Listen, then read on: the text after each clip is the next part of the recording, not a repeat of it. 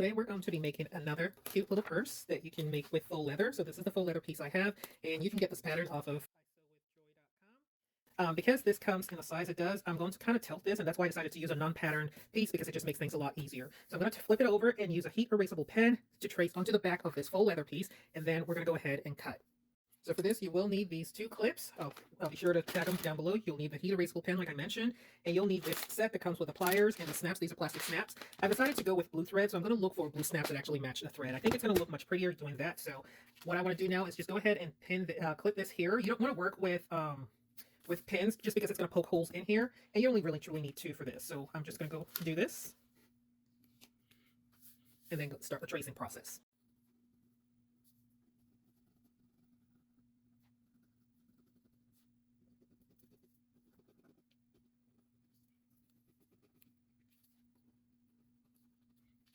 Now I'm going to set this aside, and I'm going to use my Guggenheim precision shears. These are the 5-inch precision shears, and I'm going to use them to cut across because I want to make sure that I get as close as possible to this. Now, I am not going to cut right on the line.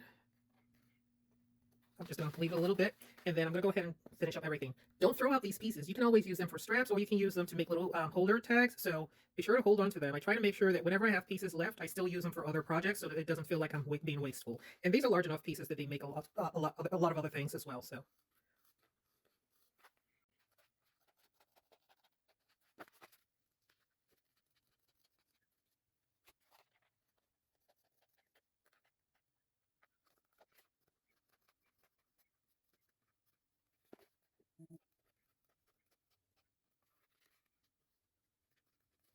These precision shears are really, really good because you can get them into small corners and really get in there. In addition to that, it cuts things very, very smoothly. So this is what it looks like. Now, what I'm going to do, because I use a heat erasable pen, is go ahead and iron this just so I can get rid of the markings.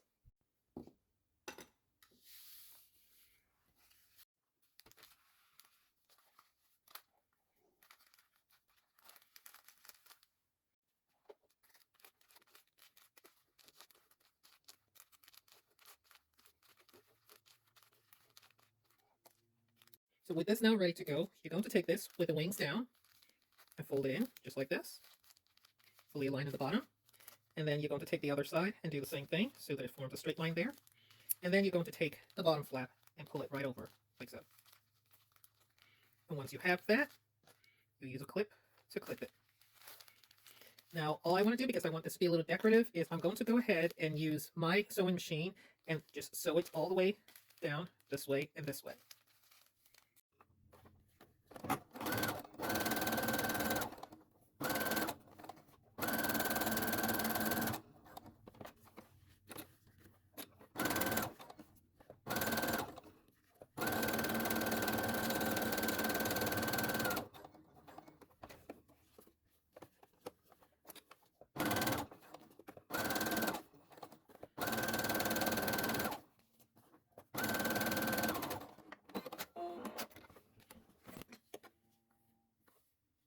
So now this is almost ready to go. You still have this piece here, and we're going to be using the snap clips for that. However, I want to make this a little decorative, so for this entire edge here, I'm going to use a decorative stitch from my sewing machine.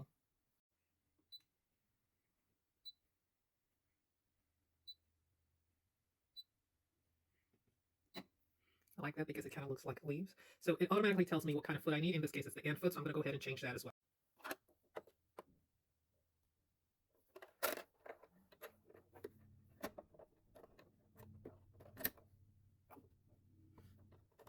Now, remember I said not to throw away the scraps. This is exactly why, because I do want to make it a little bit of a wristlet so I can put cards and put cash in it. So I did cut this out. It's a half an inch. It's half an inch wide and 4 inches long. So you can make it shorter if you want, which I think I might do. So I'm going to have this instead of going by the 4 inches.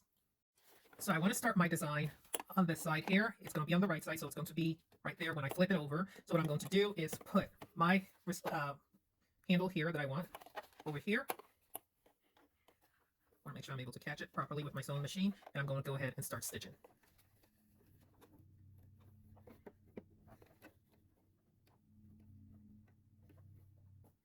And this is where a good stiletto comes in handy, so I'll be using my stiletto here to make sure that I have this fully and properly aligned.